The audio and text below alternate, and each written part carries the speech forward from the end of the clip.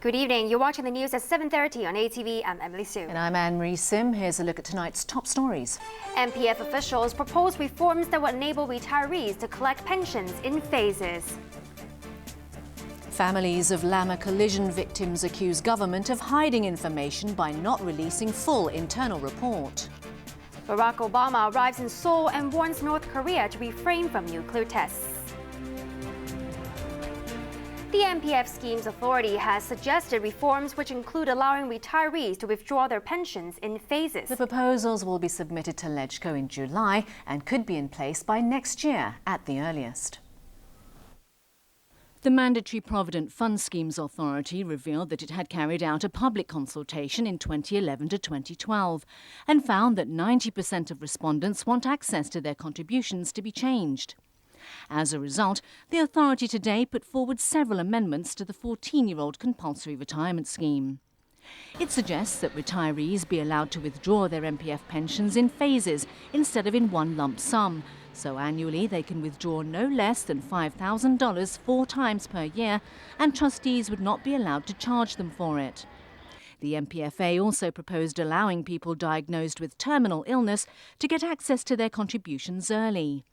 In those cases, they would have to provide a doctor's letter confirming they have less than a year to live. The authority also sought to clarify an MPF rule that says retirees aged 60 and above can't work while claiming their pension. But it plans to change that by allowing those in special circumstances, such as bankruptcy or having a family member diagnosed with a serious illness, to work again without breaking the law. But some believe grey areas remain. Maybe some of retired, they want to apply some social welfare. For example, the allowance, the senior allowance, when they reach 65 years old. So such definition must be clarified by government. The MPFA will submit its proposals to LegCo in July, and they could be in place by next year at the earliest. The families of the 39 people killed in the Lama ferry disaster have accused the government of lying and irresponsibility for not releasing crucial information about its internal investigation. But officials have defended the decision not to disclose names because of a criminal investigation into Marine Department officers suspected of failing in their duties. Democratic Party lawmaker James To and Irene Chang, who lost her 24-year-old son in the Lama ferry disaster more than a year ago, took to the airwaves this morning to condemn the government for releasing only a summary of the report on its internal investigation. The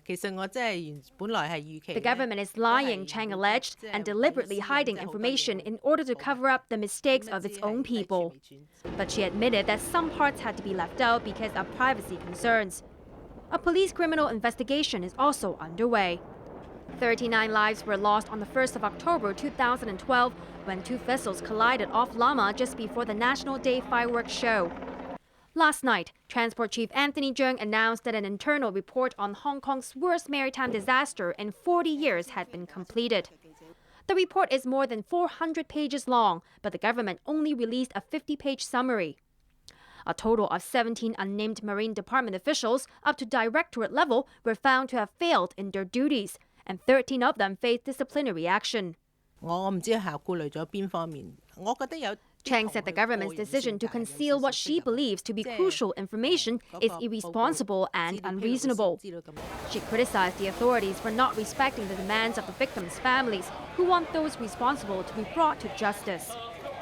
To, who is representing some of the families, went further and accused the government of adopting double standards, saying in the Commission of Inquiry report released a year ago, only 2 sections dealing with the vessel's skippers were redacted.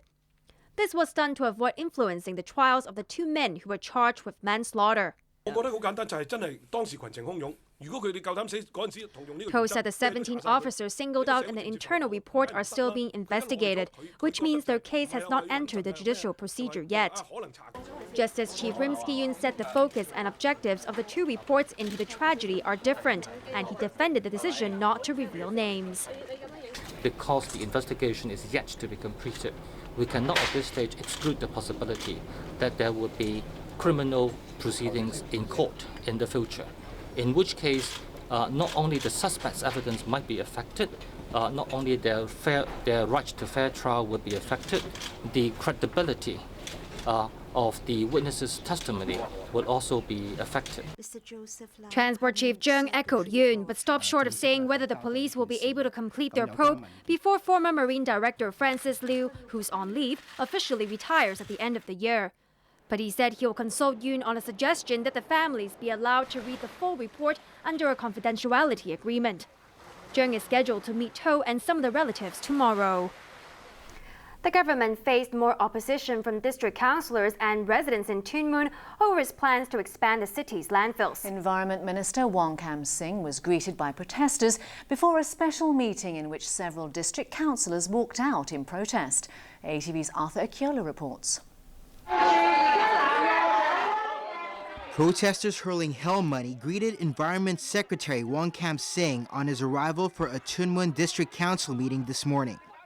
The demonstrators wanted to send a clear message to the government that they strongly oppose the expansion of the landfill in their district. Wong accepted petitions calling for effective waste reduction policies and compensation before briefing district councillors on the funding application to enlarge the refuse dump. But councillors accused the environment chief of failing to consult them before seeking funds for the expansion project. Later, 18 of the 35 councillors walked out to show their anger at the plan, forcing a 15-minute adjournment. When they failed to return, a quorum could not be met, so the meeting was turned into a non-binding seminar instead. Wong later insisted that the plan had been discussed for more than a decade and denied that the government is rushing it through.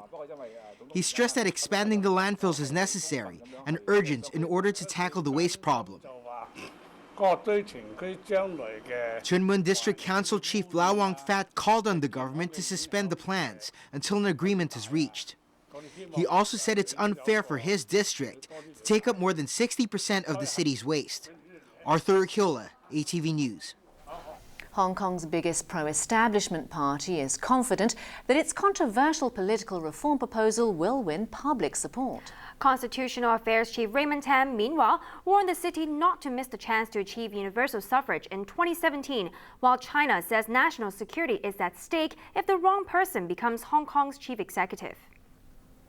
More than 20 SAR media executives met Basic Law Committee Chairman Li Fei this morning on a visit to Beijing to mark the 60th anniversary of the Newspaper Society of Hong Kong. Senior Delegate Ronald Chiu quoted Li as saying national security will be threatened if a person who's antagonistic towards Beijing becomes the next chief executive.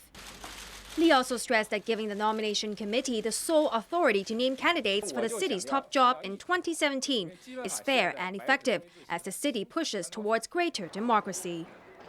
Here in Hong Kong, with only a week left before the government wraps up its first round of public consultation on constitutional reform, many political parties and groups are rushing to submit their proposals. After unveiling their plan on Tuesday night, the city's biggest pro-establishment party, the DAB, officially handed its blueprint to Chief Secretary Carrie Lam this afternoon. The DAB suggested expanding the nomination committee from 1,200 to 1,600 members, and chief executive hopefuls must secure the backing of half of the committee in order to become an official candidate. Pan-Democrats have labeled the DAB plan as unacceptable and a bid to screen out candidates critical of Beijing. We understand that there are some comments after we release our proposal, but we will continue to listen and communicate with other sectors of the community in order to build up a consensus within the society. Constitutional Affairs Chief Raymond Tam has said he's not optimistic that the DAB's proposal will win the support of 2/3 of LegCo, the minimum needed for any reform proposal to be passed. Speaking on ATV's Newsline, Tam said if a consensus between Beijing and the Pan-Democrats cannot be reached in time for the 2017 election, Hong Kong may not have the chance to modify its electoral system anytime soon. So my guess is that if we fail 2017, politically, it will be very difficult for the next city to restart the process during his or her term. He or she may not have the necessary political capital to restart the process yet over again. In order to win support from the community, Tam said the next government will most likely focus on livelihood and financial development and there'll be no time for constitutional reforms. You can watch the full Newsline interview at 8 p.m. on Sunday. Overseas, U.S. President Barack Obama is in South Korea on the second leg of his Asian tour as speculation grows about a North Korean nuclear test. He reaffirmed America's commitment to ending Pyongyang's nuclear program and said China needs to play a role in doing that. ATV's Ben O'Rourke reports. Barack Obama touched down in a somber Seoul today as South Koreans continue to mourn the deaths of hundreds of people, mostly children, in a ferry disaster in the country's south earlier this month. At the same time, there are rumours that North Korea is planning to test a nuclear bomb any day now, something the US president has already condemned and threatened consequences if it happens. Part of Obama's mission in Seoul is to reassure South Koreans that the US is ready to defend them from any threats from across the border, something he appeared to emphasize by visiting a memorial to those killed in the war between the two Koreas in the 1950s. The United States and South Korea stand shoulder to shoulder, both in the face of Pyongyang's provocations and in our refusal to accept a nuclear North Korea. Threats will get North Korea nothing other than greater isolation. Obama called on China to exert its influence on Pyongyang to try to persuade it to give up its nuclear ambitions. He also spoke on the issue of comfort women, South Korean and Chinese women used as sex slaves by Japanese soldiers during the Second World War, calling it a terrible violation of human rights that needs to be acknowledged. Earlier in Japan, Obama angered China by insisting that a long-standing defense pact between Washington and Tokyo covered any attempt by Beijing to take over the Diaoyu Islands. Today he admitted the US has got nothing to do with the dispute, but it was just trying to enforce the law.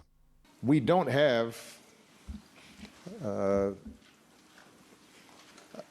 stake in the specific claims that have caused some of these disputes. We're not parties to the disputes over the Senkaku Islands, for example. Our primary interest is making sure that international norms and rule of law are upheld and that disputes of this sort are resolved through peaceful diplomatic means. This morning, Japanese Prime Minister Shinzo Abe hailed Obama's pledge to defend Japan as a historic statement. Commentators have suggested that Abe struck a deal with Obama for the defense pledge in return for Japan signing the Trans-Pacific Partnership Trade Pact. But there was said to be no progress in talks on the agreement by the time he left, undermining his so-called pivot to Asia strategy. In this part of the world, right, China is seen as the big brother, and the Americans need to send a very strong message out that yes, China is a big power in this region, but so is America. Obama's last stop is the Philippines, where once again territorial disputes with China will be on the agenda. But already protesters are telling him they're not interested in relying on the superpower for support. We call on our Filipino brothers and sisters, do not depend on another imperialist power such as the US to defend ourselves against a regional bully like China. We should not depend on another war power to wage war against another war power. Obama will visit a US military base in South Korea tomorrow before flying to Kuala Lumpur for 2 days and then Manila on Monday. Ben O'Rourke, ATV News. Still to come on ATV's main news tonight. Indonesian helper who accused Hong Kong employer of abusing her is honoured by Time magazine. Drunk man triggers hijack scare on flight from Brisbane to Bali. Every year, their warm hearts enlighten our minds. ATV Hong Kong Loving Heart Selection Campaign 2014 is now open for nomination. The 5th year, we need more positive energy. When it comes to weather, you know it's accuracy that matters. Weather report, tonight at 7:55. Explore different magnificent places. This world is far more than you can imagine. We open a window to let you see how extraordinary they are. A window on. Tonight at 8.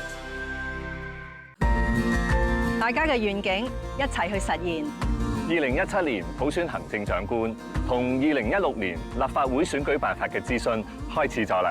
大家喺基本法嘅基礎上討論，一齊參與，表達意見，互相尊重，一齊講，一齊聽，有商有量。有我，有我，有我，有我，有我哋，有我哋，有我哋，實現普選。Soccer Fever, Amazing April.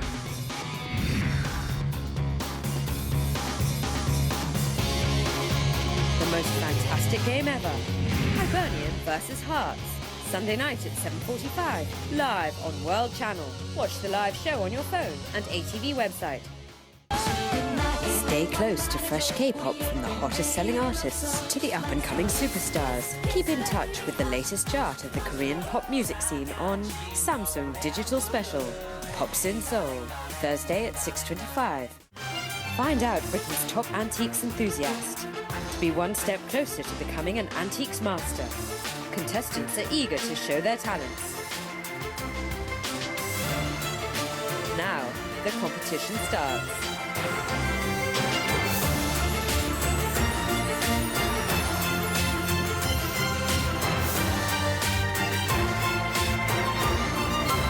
Antiques Master, Series 1, tonight at 9.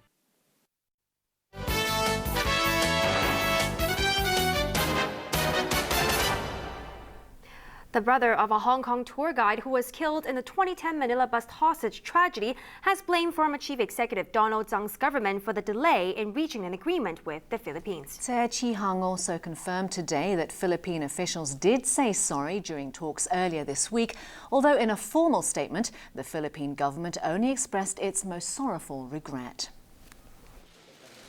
More than 3 years after the tragedy, Hong Kong and the Philippines reached a compromise on Wednesday over the SAR's demands for an apology for the families of 8 tourists killed in a bungled response to the 2010 Manila hostage-taking that soured relations. But according to Tse Chi-hang, one of the brothers of tour guide Masa Tse, who was shot dead during the hijacking, former Chief Executive Donald Tsang's government could have done more. Tse criticised the Tsang administration for not engaging itself in the negotiations with Manila in the first couple of years following the tragedy. He believes the dispute over an apology and compensation for the families and survivors would have been resolved quicker otherwise. Tsang, who was chief executive at the time of the tragedy, was succeeded 2 years later by Leung Chun-ying. Still, Tse conceded that this week's developments have helped return some semblance of normality to his family, who visited Masa's grave in Diamond Hill this morning. Tse also confirmed today that top Philippine officials said sorry and apologized during the closed-door talks. He revealed that President Benigno Aquino's right-hand man, Cabinet Secretary Jose Almendras, said sorry to relatives, while Manila Mayor Joseph Estrada delivered an apology several times. Almendras had said at a press briefing that he forgot whether he really said sorry. But Tse believes that was probably due to diplomatic and legal reasons. There was no official apology from Aquino, as Hong Kong had originally demanded, and the families had to settle for the Philippine government's public expression of most sorrowful regret and about $20 million in compensation. Following the compromise agreement, Hong Kong reinstated visa-free arrangements for Manila's diplomats and officials and lifted the black travel alert against the Philippines. The government has been urged to introduce more incentives to encourage welfare recipients to find jobs that will enable them to climb out of poverty. A concerned group says inflation is taking a heavy toll on the needy, especially those who are single parents. ATV's Minna Wong reports. Hong Kong prides itself on being an affluent city, but tens of thousands of people at the grassroots struggle to make ends meet. Many at the lower end of the social scale apply to the government for welfare payments under the Comprehensive Social Security Assistance, or CSSA scheme. Today, a group known as the CSSA Alliance revealed the results of a recent survey. It found that 54% of the 179 welfare recipients it interviewed had a job in the past 3 months. But most said they could only work part-time as cleaners or domestic helpers because as single parents, they could not stay away from their children for too long.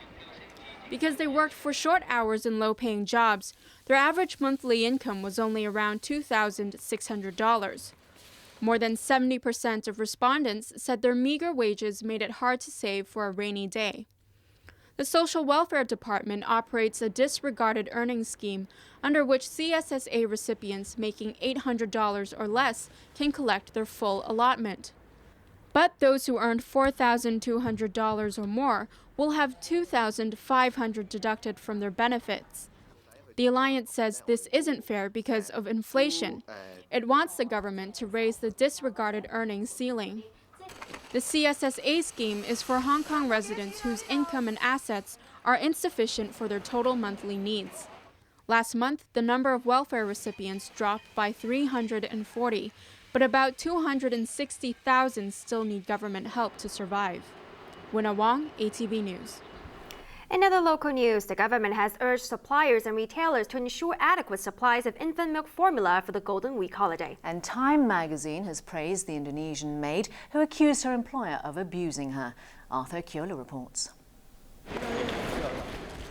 Uriana Slustianingsi, the domestic helper who accused her former employer of torturing her, has been named one of Time magazine's 100 most influential people. The U.S. Weekly praised her for speaking out and shining the spotlight on the abuse of domestic helpers in the city. Uriana says she's happy to have been chosen, but warns there are still others who have also been abused. She hopes that her experience will encourage other helpers to speak up if they've been treated unfairly. Health Secretary Ko Wing-man says measures are underway to ensure a stable supply of infant milk powder during the Golden Week holiday, starting on the 1st of May. The government has met suppliers and retailers and urged them to look out for the overall interest of people here and not to act for short-term gains. Ko said the situation is being monitored to ensure there are adequate supplies. A man has been arrested in Yau Ma Tei after instruments for smoking dangerous drugs were found in his car. Police officers patrolling Wu Sung Street spotted a car near a parking meter with the door open and the suspect asleep in the driver's seat. He was detained after the police searched the vehicle and found the objects. Arthur Kyola, ATV News. A drunk passenger has triggered fears of a hijack during a flight from Australia to Indonesia. The Virgin Australia plane was on its way to Bali from Brisbane when a man tried to barge into the cockpit an hour before reaching its destination. The man, who was drunk at the time, was subdued by crew members and arrested when the plane landed in Bali. No one was injured in the incident. The Palestinians have rejected Israeli demands to scrap a unity pact between their two main parties as a condition for the resumption of peace talks. Israel suspended the US-sponsored negotiations after Palestinian President Mahmoud Abbas and Hamas, which rules the Gaza Strip, decided to join forces. After a rift lasting 7 years, the two main Palestinian factions have agreed to set up a government of unity within 5 weeks. While the deal between Fatah, headed by President Mahmoud Abbas, and Hamas has been welcomed by Palestinians, it has been attacked by Israel and its ally, the US. Israel reacted by suspending US-sponsored peace talks with the Palestinians. But Israeli Prime Minister Benjamin Netanyahu said the door to a resumption remains open if Abbas scraps the pact with Hamas, which Israel and the US claim is a terrorist group. Netanyahu said Abbas could choose between peace with Israel and a pact with Hamas, but not both. The Palestinians, however, are standing firm. Chief negotiator 25Apr2014 insisted that Israel has no right to interfere in the affairs of the Palestinians, who he said shouldn't be blamed for a breakdown in peace efforts. Netanyahu had the choice in the past of choosing between settlements and negotiations, and he chose settlements, Apr2014 said.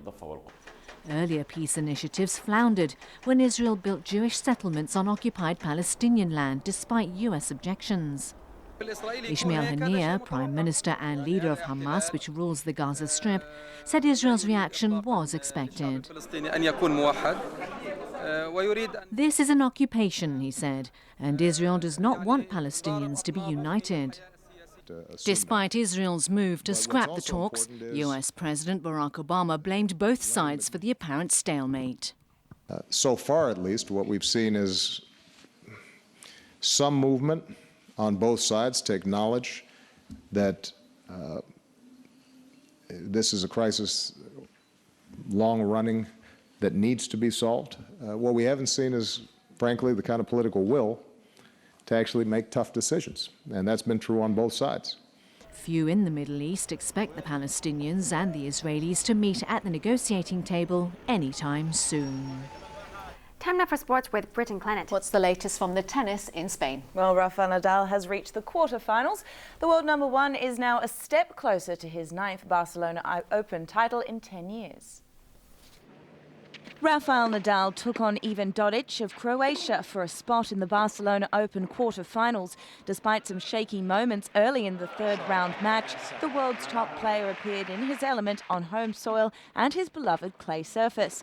Nadal let his intentions known by closing out the opening set with one of his trademark power shots. The defending champion carried that momentum over to the second set, while Dodig struggled on serve. Nadal broke his 37th ranked opponent for a fourth time to seal victory 6-3, 6-3 in 1 hour and 23 minutes. The 27-year-old will next meet fellow Spaniard Nicolas Almagro, who he knocked out in last year's final. That's after 6th-seeded Almagro trounced another Spanish player, Fernando Verdasco, in straight sets. Marin Cilic and Spaniard Tommy Robredo met on clay for the first time. Having dropped the second set, Cilic wasn't about to give up. The towering Croat displayed far better stamina than 5th-seeded Robredo to win the decider and advance. Cilic's quarter-final opponent is Japanese 4th-seed Kei Nishikori, who made quick work of Kazakhstan's Andrei Golubev. A look at the weather before we go. It was cloudy with light rain and fog. Temperatures ranged from 21.6 to 23.7 degrees, while the relative humidity was between 91 and 99%. Winds were moderate, coming in from the west. Let's check on the ultraviolet reading. The maximum recorded for the day was 4. Tomorrow's UV index will be around 6. Now for a look at the weather in the region. A maritime airstream is affecting the coast of Guangdong. And now the satellite images. A band of cloud is covering southern China. Here's what we can expect over the next few days. Cloudy with some rain and sunny periods tomorrow. Temperatures will range from 23 to 27 degrees. Showers and sunny intervals on Sunday.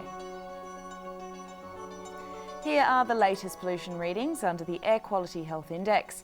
General stations are at 3 to 5, meaning the health risk is low to moderate. Roadside levels are at 5 to 6 and the health risk is moderate. Finally, here's the weather around the world.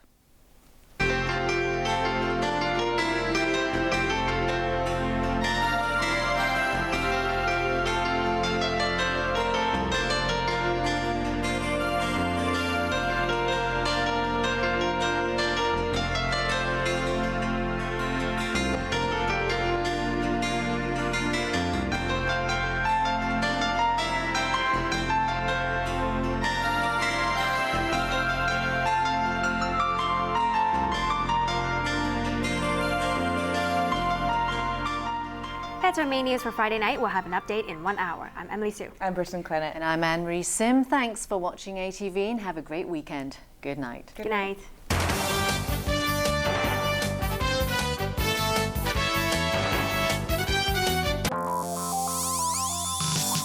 Coming up, a window on.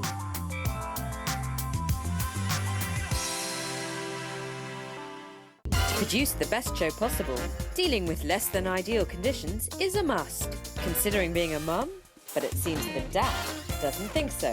Kenneth, do you remember that silly joke about me having your baby? Imagining meeting the past me and the future me. Oh no, let me introduce myself. I am future Jack, obviously. Will me figure out the messy life?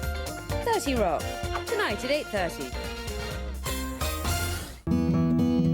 Few people really understand its unsinkable soul. Wouldn't you like to know what is ahead in your world? Today I will show you what God says about how you can achieve real success. It's far more than a book. It's God's revelation to mankind. Tomorrow's World, Saturday morning at 9. Struggling with Parkinson's, the brain pacemaker makes it curable. When it comes to learning, the brain can even do more. We know the brain plays a crucial role in many ways. But how? Documentary World,